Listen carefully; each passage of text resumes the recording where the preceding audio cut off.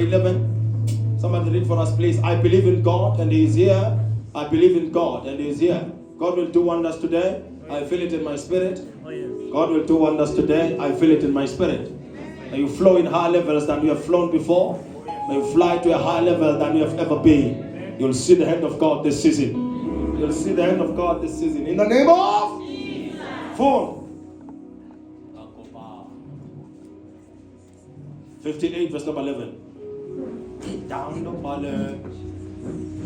uJehova uyakukuhola uyakuhola njalo asuthise umphefumulo wakho ezindaweni ezumileyo aqinise amathambo akho uyokuba njengensimi enisiliweyo nanjengomthombo wamanzi. Hallelujah. Hallelujah. uJehova uyakuhola. uJehova uyenza njani? One of the things uNkulunkulu akude ngazo ukuzihola. God will guide you this season. God will guide you this. Ubaba uzokuhola. Akunandaba ukuthi ubhekane nani kodwa ubaba uzokuhola. Akunandaba ukuthi uhlangabezane nenkinga ethini nengibani kodwa uJehova uzokuhola. This season awuhambi wedwa, uhamba noJehova. This season awukabanjwa amadlozi ubanjwa uJehova. This season awukabanjwa isifo ubanjwa uJehova. This season uhambe nezitha zakho uyohamba noJehova. Uyabahamba phambi kwakhe akusile nhlamba bakuthuke ngayo uJehova. Izwi lakhe liyabalahamba phambi kwakho. uJehova uyobakhulumela this season. uJehova uyobangenelela this season. uJehova uyobahola wena nomndeni wakho this season. uJehova uyobakuhola. God will guide you continually this season. Ayikho into endleleni yakho ekwehlulekise ngoba uhola uJehova. And the Bible tells what in Nahum 23 uholelana emadlelweni anhlaza. God is taking us to a high level. Uyobazohola this season. Abanye baholela out of the wilderness. Abanye out of the dungeon of the enemy. Abanye baholela out of sickness. Abanye out of poverty. But we have to hold namhlanje baba. The days of horror and inhlupheko aphelile. They have come to an end. The days of horror bathakathi nayinyanga aphelile. Right now you're being set free. God is leading you now. In the name of Jesus. The Bible says He will satisfy you in the season of drought. Yesuku lesomiso baba, He will be satisfying you. Akakhuluma abantu baso bathi lo nyaka lona uze neinkinga eziningi wakhathazeka.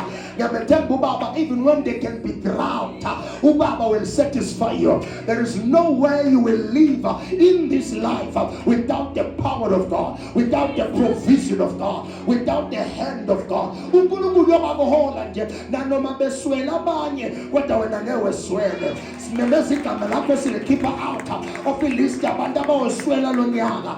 Abantu abawukhala ngokweswela wena ngeke ubalwe. Angeke ubaswele abantu abazokusiza, angeke ubaswele abantu abazokusupporta, angeke ubaswele abantu abazoba nawe. uJehova uyobe akusatisfy. You will be satisfied this season with supporters, with customers, with people around you, with the healing. Uba uyobe akusatisfy. Mina ngazi ngikhuluma nobana kodwa khona ngikhuluma naye malanga la akho okungabi satisfied aphelile. Sekuqala malanga wakho ever satisfied. You will be satisfied. You must be satisfied. The Lord will satisfy you even in the days of drought.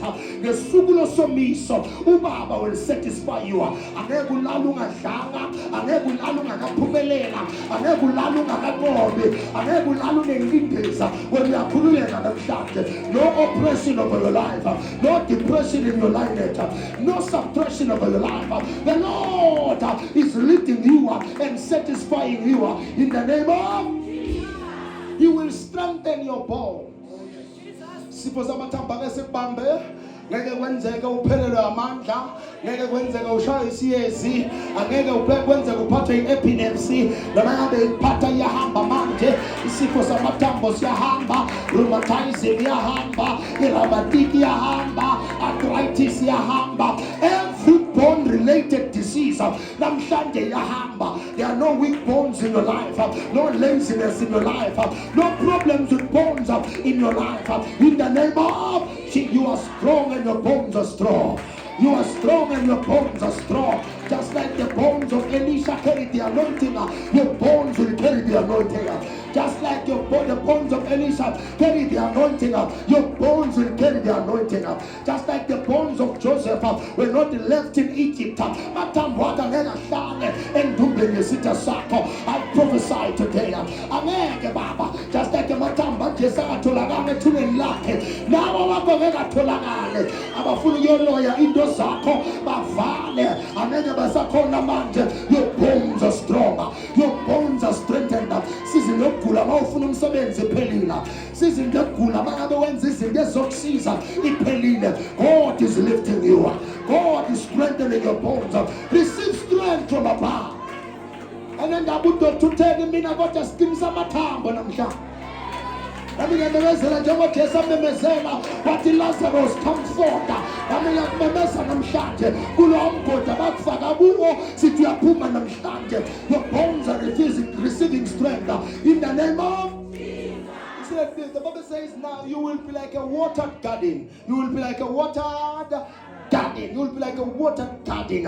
You go back to Anja. Now cool and the green. You go back cool now. Cool and Pumele. You go back cool now. I'm cool and promotion. You go back cool now. I'm cool and pine so about to go back cool now. I'm already ahead of myself. What I am the message about. About 20 minutes fast now. So bad. Baba turning down now so balwa. Baba turning investor now so balwa. The restorer of your past is God. Lugis wengela zako so figis. Ubaba we are looking some in the name of Sanga sakas kafinyezo kube sindise ne saka ngeke sifinyezo kube sifike la ufuna uthi sifike khona. The Spirit of the Lord will lift the standard against your enemy. In the book of Isaiah 59 down by the verse, when the enemy comes in like a flood, the Spirit of the Lord raises a standard. 59 verse number 19 against the enemy. Nami nyamemezela namhlanje bayothi bakubambile kanyaphunyuka simemezela isizwe yabaphunyuka bempe. You will be set free. In the name of your Redeemer is coming. Your Redeemer is coming. Umsheng wako uyeza. Umsheng wako uyaphila. Umsheng wako uyasondela. Umsheng wako uyaphila. Your family will not die. Your marriage will not die. Your love life will not collapse. Yeah, your business will not be liquidated. Your Redeemer lives in the name of Jesus. Sometimes it's on the color. Nicola, that's God. We thank God and we praise God for that. I believe in Gurungul Caesar. Let me just teach a few things right now as I've declared. As I have declared. Chapter 7, number 3, down by the verse 12 to 30, we find the story of two particular men. One is a destroyer, the other one is a deliverer. One is Eglon, one is Ehud. One is Eglon, one is Ehud. One is known for power, the other one is known as a peasant and carries presents. And the father prepares him for deliverance of his people, prepares him for the deliverance of his people. So God can help you, God can use you, and God will use you this season, irregardless of how low they look at you, irregardless of how they see you, irregardless of other people's perspective and perception of you. God will use you this season. The way God azokusiza ngayo azokusebenza ngayo iyothusa nabantu oduzane nabo sezwana God.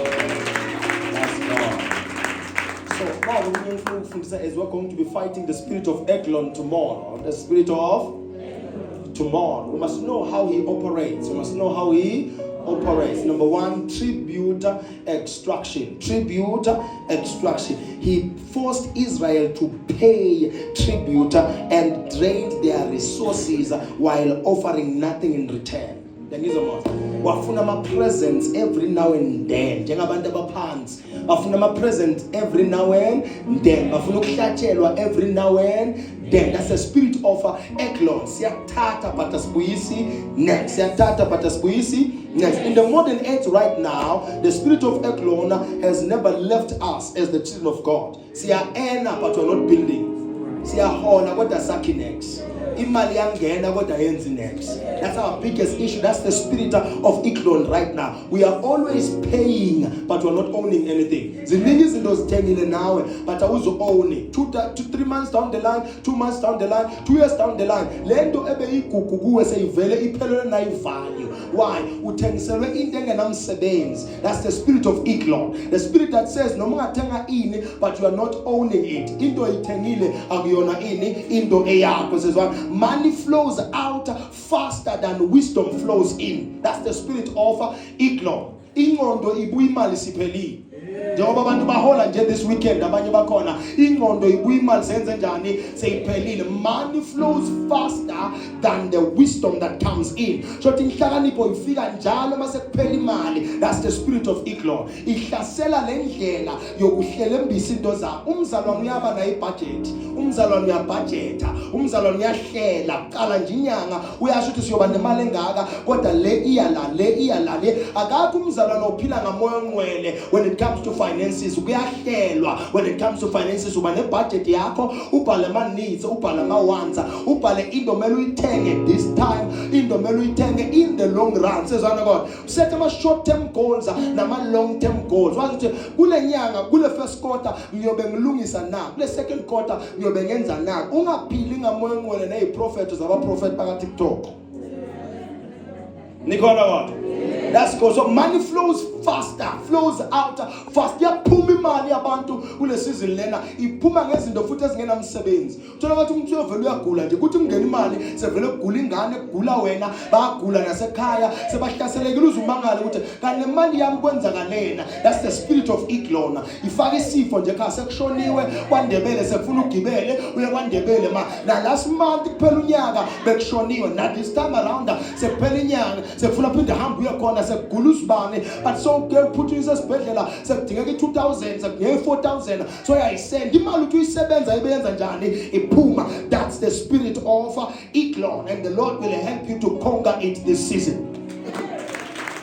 The Lord will help you to conquer it this season. Angeke kwenzeke uqindezeleke so udibana no prophet. You will conquer the spirit of Eklon this season. Number 2, how do we see that Eklon is attacking you? When you start normalizing oppression.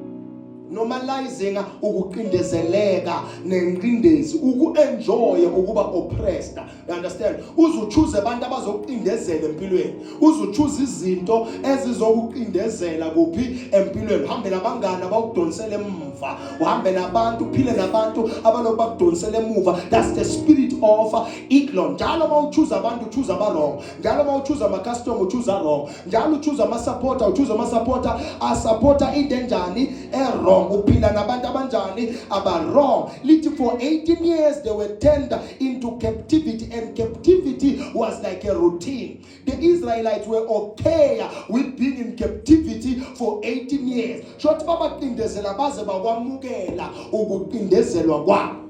Do you have people like that in this church? Excuse me. Kunekhanda likuphatha njalo soze walemukela. That's a lie from the pit of hell. Sekunebuhlungu okusesibelethweni okuphatha njalo sozwa kwemukela akakho umzalwane omukela ukugula. Sekunesibhobo saziyo ukuthi yamina nje ngiyazi nakuyophela inyanga ngiyophathwa yini isibhodo. The devil is a lie. Umzalwane akayinormalize i-oppression ulwa nayo ini i-oppression sezwa. And angifuni mina ube umzalwane owamukela yonke into.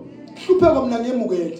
That is why even in an example angifuni ukuthi ake sesibekise wona uyahlupheka. Angihlupheki ngisho ubekisa. Angifuni ukuthi associate even in an example sezwana God. We have normalized stress. People have normalized what? Stress. That's the spirit of Eklon. Bantu ba stress angisho ngamele ba stress.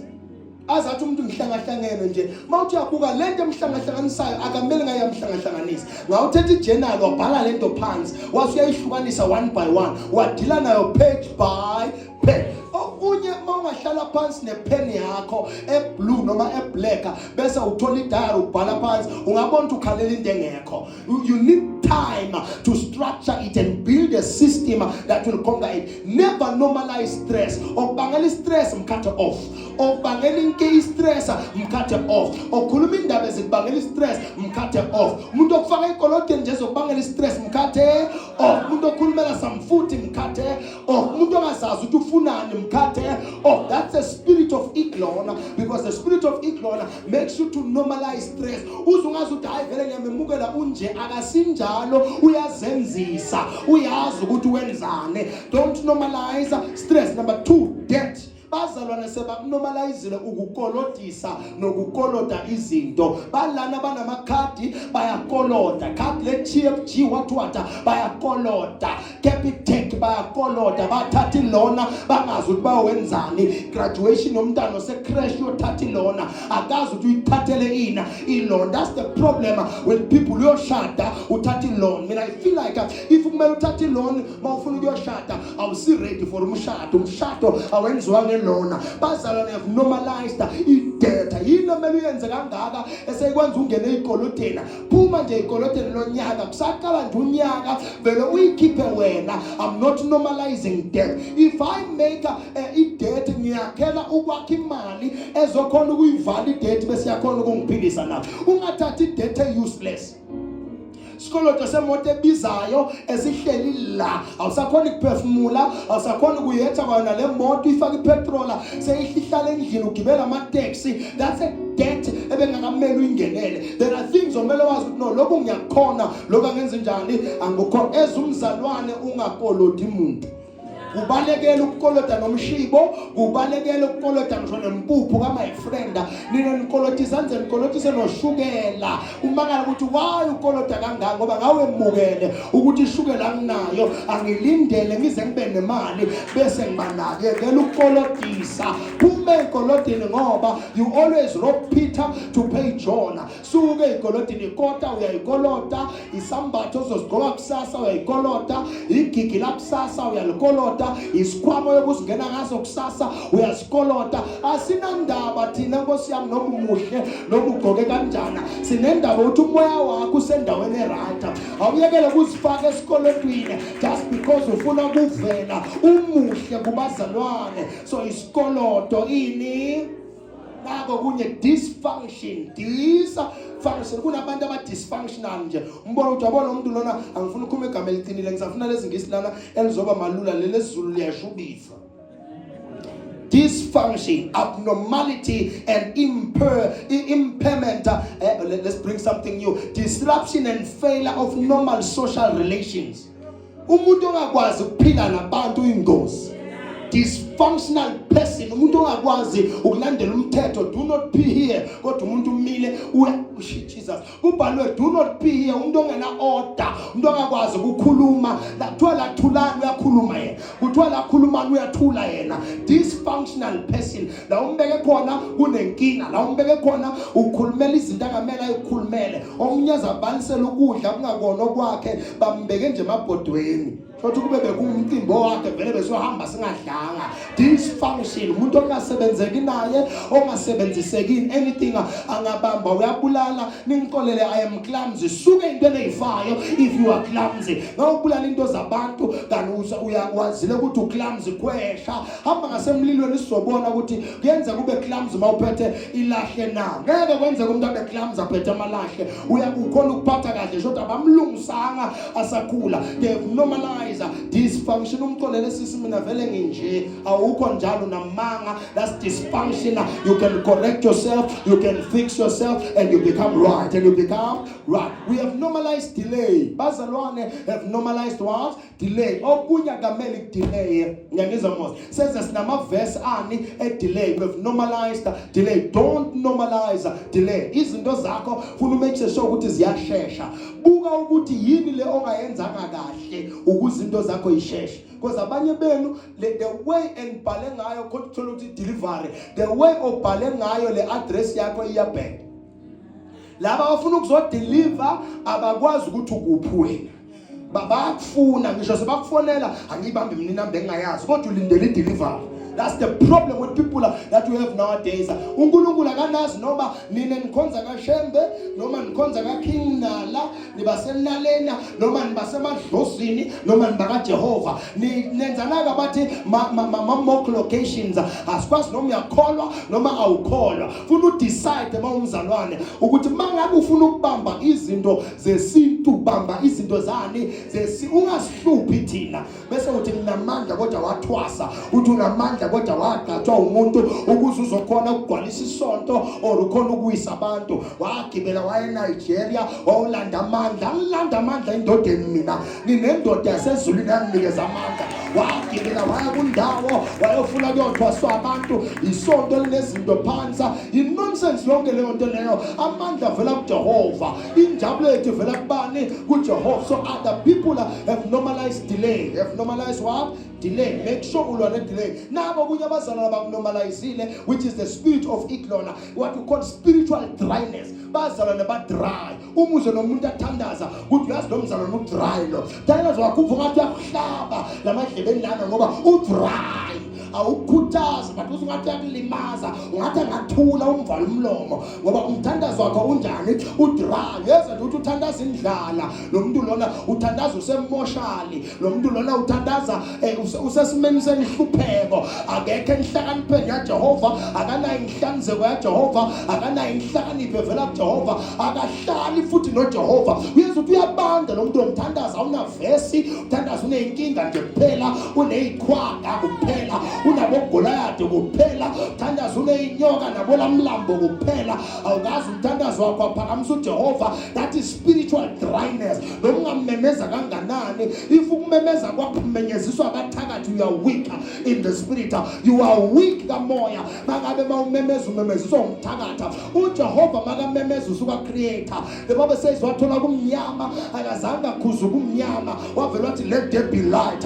Imina nawo masikhuluma suke simemezele sifuna ukubona, hayi lokho kwenziwa isitha. Bakhona kodwa abantu bamlenda ole, people have normalized spiritual dryness. That's a spirit of Eklon. Bayabanda bazalwane emasontweni, bayabanda bazalwane. Nomathandazo uyambona ukuthi ukwatile, nomathandazo uyambona ukuthi ukhompyutha nosibani, akekho ekubeni ukuthi ngiyathandaza. Ufuna nje ukuthi ngifuna ukwehlulekiswa ubani, ngifuna ukubona umfundisi, ngifuna ukubona uprofeta, ngifuna ukubona yilo mama lo ngoba ngimkela irice i5 kg, ngifuna ngibone vele ngiserious emthandazweni. Abanye abathandazi bancenga ukuthandwa abantu. Yengane zakwethu singendlula lapho siyozithola impendulo. Abanye abathandazi bafuna ukubukwa, bafuna ukuthandaza baba, ngoba uNkulunkulu ngeke amphendule lo muntu oqamba amanga, uyophendula lo muntu onguye ngaphakathi. Kungakho ke ufuna uvula inhliziyo yakho, pour your heart like a Hannah. Uyazi uphora inhliziyo yakho, ngize ngithi mina yini ngathi udakiwe lona. Kwasho uEli asho kuHannah, wathi uHannah ngidakwanga kusekuseni nakangaka, I am pouring my heart unto the Lord. Awusifundise ukuphora inhliziyo yakho and your soul unto Jehovah. Usuke eduzane nomngane wakho ngoba uyothi uyathandaza abona ukuthi ayikahle phela wena, so senze ikhono elistrong, kanti ngiyakwazi ukuthi ukhohlakele kwehla. Kusuke eduzane nabantu abaziyo ukuthi mawuthandaza ababambisani nawe, babelo bahleka kwehla. Don't normalize spiritual dryness. Okunye now about the spiritual dryness, but they are calling it life instead of warfare. Phela mangabe udry kamoya la in a warfare. You must know that. Ngoba uSathane uyakuvala ukuthi ube lo muntu ofuna ukuba uye, nalo ufanele ukuthi uba uye. That's not your life. That's a warfare in the spirit. Mawuthi uyathandaza kungasathandazeki 30 minutes wena sawuphelela umthandazo wakho, something is wrong with you. The enemy is blocking you right now. You are supposed to pray non-stop to such a level that uzo ukuthi yabona sengithandazile. When you leave a space of prayer, you must feel empty while you feel loaded. Uzo ukuthi no, ibag yami yinkinga ngi-emptyshile, kodwa ibag yami yepower ngilodile right now. Ibag yami yenhlupheko ngi-emptyshile, ibag yami yenkululeko has been packed right now. Kunye private access to power, private access to power. Yeah. Abanye benu ninikeza izinto wrong. Private access to your life. There are people you talk to, you are giving private access to your life. You are a king. Eklon would have not died if akamvumelanga ehuda ukuthi angene naye enkulusi mthizena aqosha abanye abantu. Wena abanye abantu obasusile bantu abamqoka empilweni yakho kanti bezokubonisa ukuthi le boyfriend yakhe ikhohlakele. Ize nje inquma indlebe, ikufaka isibhakeli, ikhipha izinyo ukuthi awufuni ukuzwa. Wena ukhathe abantu abamqoka bakutshelayo ukuthi isigebengu lesa, ungabakhipha abantu abakubonisayo. Nawe vuma isigebengu bese uyabatshela ngaze iphume kanjani ngoba ngiyasithanda isigebengu sama. Then sesizobona ukuthi kuthandazela kanjani ngoba kwamanje sakuthandazela ukuthi uvuleke amehlo ubone ukuthi uhambisana nesikhohlakala. Amen. Uyaphela kodwa vele basengikhuluma iqiniso kodwa anginesabi. Access granting spirits. They are what we call access granting spirits. Access granting spirits. Now when we talk about access granting spirit, kuyi habit nje lento ohlala nababhemayo uyogcina bhema naye, ohlala nabafebayo uyogcina naye anjalo, ohlala nabaphuzayo uyogcina naye enza njani, aphuza. Bad company corrupt something that is good. Ngiyazona kodwa ngani zakho noma ukudla ngaze kube mnandi kanjani kodwa makubekwe phezulu kombhina nawe ngeke ukudle. So abanye abantu ngeke basondele kuwe ngoba unanaka bathi ma access granting spirits, relationships that grant spirits into your life. Wabalekele mbalekele umuntu othi njena nginomoya wamadlozi, mina nginomoya wokuthwasa, mina nginomoya abantu abadala. Uzumangale bafuna abantu abadala kumncane kangaka. Khipha labantu abadala bafuna nempilweni yakho ngoba bakwehlula abantu abadala, bakwehlula abantu abanjani. Bonke abantu abahambisana nabantu abadala empilweni kuyabheda. Kulungela inyanga, hayi wena. Inyanga zihlakaniphile zafundisa ukuqhuga abantu. Wena nje bawuqeda ubhema isinefu uzuphathwe yicancer. Suka lapha usiwa khona nikhona kodwa kanza kwethu. Let's go. The relationships avula umnyango onjani ofela. Habits abhedayo. Khona izinto zenzayo which is what we call spirit granting, actually access granting spirits, access granting spirit. Kuna music olalelayo bese ngidansa lokho umdanso ngiyakhumbula lokho kuma demon kwenu ebenidansa ngiyakhumbula lokho ungathi nenza so ngiyakhumbula bese nithi nosamehlo. Those were what we call access granting spirits. Nanibhisi lapha nize nenza amehlo ngathi ama demon ngathi niyafa mapara. Nawe umzalwane you hopped in kuma TikTok challenge avumelo Satan uthi bangene kuwe. How can you dance like a demon when you're a child of God? There are dance moves you don't have to kind of like join and trends that you're not supposed to join. Why? Because they are access granting spirit. There is a dress code. You don't have to dress like shakara and what. So kabama pizza suga la azazofika lana uzenza inja yesiganga egwele umkhaza susa lento ibeka ngazo funana matika suka ngapha ayofika ngapha yayikhala ngapha umlomo fire. That's an access granting spirit. You remove these things ngoba uyabona ifaka umoya, ifaka yini umoya umuntu onethathu la kanjani ufuna singazi yini ukuthi unethathu ngoba phela sesiyibonile unayo la vele unayo imali yokwenza ithathu awubesaba ubuhlungu kodwa sowunayo la yini. That's an access granting spirit. Moya lento lena, more you've got pain ongakwazi ukuyilapha sofuna amathathu umzimba wonke uyifaka ngapha let ivulela imimoya. Most of them ivulela ini imimoya nethathu yenyoka. Mzana kanjani nethathu yenyoka uhlanganiswa yini wena nenyoka? Mangathi uyahamba ebusuku lenyoka ke uyothini? Mangathi le nyoka seyibambela umlenze ke sala sowujuba uyothini ke manje? Some of these things I don't know why people bas choose unethathu unomuntu obhemayo la kodwa uyakholwa ambuvala lento ngembali ufake imbali enkulu la or ufake ihawu lana or umkhonto uvale lento ngoba phela uyathanda amathathu wena. These are access granting spirit. Kunama haircut uwabona ukuthi akasathane lawo. Umuntu ayenzile nje haircut yakhe uyibona ukuthi hayi bona noma umbuka lo hayi lento lena ngazi ukuthi nema demon phakathi ayigundile nje le haircut yakhe sengazi ukuthi inempondo nyana we understand inemakhala hlukahlukene yilo yenzela bathi mina walk one ulele wena ukasathane nje uvalwa amehlo usathane. You are not walk uvalwa ubani usathane. Kune makeup oyibona ukuthi akasathane umuntu afake lana umaskara umnyama ngapha umnyama yonke into seyimnyama nje somnyama yesabeka nawe noma umngane wakhe uyambona ukuthi hayibo lo muntu ngathi uyasaba uyathakatha ngathi ulisatanisi but awusaxoxingana naye ngibuka imakeup yakhe lendlela ayifaka ngayo. Kunendlela yokufaka imakeup enormal bese bana indlela yokufaka imakeup ebhedayo umuntu umbona ukuthi hayibo unjani manje mase kanje ilendlela ayifake ngayo ngathi uyidemona. Because why no Jezebel iBhayibheli makavela uJehu wafaka imakeup kumeheha in a certain way. So usathane uyayi uyayigqokela into yakhe. So abanye benu nithi niwafake ama-makeup, niwafake lokhu kwabosathane. Noma ungaze wenza ungathi awuyizwa le nto, uyayizwa nawe futhi nawe uke wayibona ukuthi hayibo lo muntu lona yakasathane, le makeup le yona i-makeup kodwa le ungathi nobusathane nyana. Mangabe ufuna iproof umbhalele amasuka la ngiyokutholela abantu abane-makeup yakasathane. Tholela nawe uyothi umbuka uze kuhlazimula umzimba usho ukuthi hayi khona idress code ekufana inwele zakhe sengilenda yenzela aze naye seyaqala athi lo muntu lo unedemon, lo muntu lo unani unedemon. That's an access granting spirit. It flows under the order of Eglon, platform granting access into lives without discernment.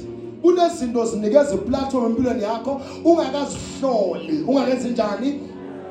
Mina ngiyangithola ngikhuluma ne-stranger emoya, umuntu engamazi nothi wakuphi, sawubona sisingiyakufanisa. Yebo uyangifanisa kodwa ngiyahamba ngizanga kuwe la, angikazi mina competition yokufaniswa ngizothenga la ngiphuma ngiyahamba. Wenayo ngoba uyathanda ungasela kuphi ka TikTok ka Facebook safunda nawe bakukhuthuza. Bakukhuthuza-ke sebagcoba ngezinto bakhona manje Witbank sebafikile, isida bakujova or bagcoba ngezinto. Umuntu usuyakhaga umazi nokumazi uyakujabulela, mina ungamangala mawuthi nami ngithi ngibengibhekele. Don't give the enemy platform without discernment. Hlola abantu. Phela mina ngisengozini ngoba abantu bangazi ka TikTok, abantu bangazeza umfundisi ngiyabona, umfundisi ngiyabona akakwazi nokwazi, uyakufanisa uyagesa ukuthi umfundisi baleka. Mina bangazi abantu impilo lesiphilayo shobe angisolo kuba mphelela ngibele ngiphume same time ngibele nje ngithi impilo lesiphilayo. Nabafika babhala ama comments uyasibalekela. Yebo ngiyabaleka ngoba ngibaza bafuna ukungikhuthuza, angibaza beze kahle. So without discernment, discern yourself. Distance yourself. Without discernment, distance yourself. You are setting traps for your collapse. You're setting traps for your collapse. Uzowa la mhlabeni. Ungahamba ulifta noma engawubani uzofa. Uyothatha nale car. Ungahamba abanye benu nemoya omuhle nesihe. Awunogogo ebusuku ngabe wenzani la? Akuyena ugogo. Umfana indoda efake izambatho zogogo iphinifa. But ngokusuka bogogo vela uzothi hawushem lo gogo. Awuthi ngimlifte. Brika phela uzobona. Brika phela uzolahlekelwa imali esebhanka, ulahlekelwe yonke into esemotweni yakho, bakuthatha amaphansi ngoba nawe uba nenhliziyo enkulu ebusuku. Nasemini ke kulamalanga ungalayishi kwasana wasemini angikwazi. Baphi wena okumele ngawe uyabazi bazokuphilift. Lindela itaxi yes. Or ulindela abanye eveni bakufaka ngemva. Abanye abantu akamele banikeze access. Angisho ukuthi singabasiza abantu kodwa kulamalanga mahamnqa asemaningi. Wena uyothi usiza umuntu kanti sowusiza isigebengu. Usiza yini? Baqoqa umuntu baba sakhula wathi walifta omunye ebusuku azehlela nje Nkosi yami nge-N2 aziyele Natali, wathi ulifta omunye lapha ngako le ndawo bathi kuphi kodwa lapha kusophongolo or kuphi lapha ngase lendlela ezohluka bese idunde and wathi nakafika lapho uthi uyamlifta ngoba uthi hayi shothi lona uya ngasekhaya. We sabahamba indlela ede wathi uyambuza kodwa ubani wena? Wathi uyangibona we. Uyangibona? Ungibona njani? Hayi bo ngulifta lapho uyangibona. Ungibona njani wena? Hayibo uthi kudala imoto ipakile mina ngisho ukuthi siyahamba. Simendlaleni endaweni eyodwa kudala ipake imlifta akaze yahamba imoto. Kodwa yena solo ya driver kuduma yena imoto ithulile. Some of the people enyobalayisha lampilweni akusibona abantu. Fana nasemathaveni abaphili bonke labantu abalapha. Abanye abantu abashona nidansa nezipoko. Wozamadala woza nesipoko emva kwakho uphiza uthwekela isipoko lapha. Access granting spirit. Access granting. That's God. Check abantu. Nako kunye occupying the strategic territory. Occupying strategic territory. Kuthiwa wavala iJericho. Kunabanye abantu abavala izinto ezimqoka empilweni yakho. Uthi ufuna ke interview bathi ngeke bakuqashe nje hlala phansi. Suka lawo bantu lapha. U-applyelani lapha ngoba kuthatha abantu abazana noSibani. Wena uyamazi uSibani. Uthi nawe angimazi bahlala phansi. They are closing the right gates. Suka kulawo bantu labo kwesha because they have the spirit of Eglon. The spirit of Eglon. They block your mobility. Abafuna uhambe. Abanye mina anginayo umuntu ongangivakashela ekuseni mina. Ngabo 8 uyaphi? Ufuna yini? Uqoshwe kushisa kangaka. Ngisadonsa umoya ngoba lisazoshisa lelanga. Waphela khona abantu abadla imali yemvula nemali yamafu. Sithini ngoba sifela kona. Sifela izono zabantu abadle imali yemvula nama ngeshisele kangaka. umuntu ngabo 8 sofile, hey makhe, hey prophet. No, nongahlupheka ngana naye ngo8 fika ngabo 12 or ngo1 sengivukile nami sengigezile angigezanga nokugeza gcwele nezintonga nehlakahla la ujaka sengikhuluma nawe sothi hey ngithe ngiyafika lapha kagezi lo muntu ufika buseni vele. Oh yeah. Some people don't want you to move. So uhleli nawo kumuntu uqoqa ngasaqedi. So uhleli phansi lapha. Yeah, sawusakhona nokukhipha ama croissant. Phela siyothenga ama love sonke. Abanye bethu asidli isimba sidla ama bagel nama croissant. Sengizoyikhipha njani ibagel ngoba sekunawe phela. Enza khona khipha ibagel manje. Sekufuna kambe ngiyothenga isinkwa kangisijwayele isinkwa mina. Ngidla icroissant. Icroissant indincane ngaka nje ngosiyami. Ungazi ukuthi ibhanisi ela private school. Ni lazy man croissant ibhanise la private school uyalibona nje lenzeka nje alingeni lamashop lethe alingeni labo cheese pakatha sekuyikhipha kanjani ngoba ujwayele 4 slices wesinkwa icroissant eyodwa uvela uyithi nje uthi yini le bese uyithi emlomeni done fire man.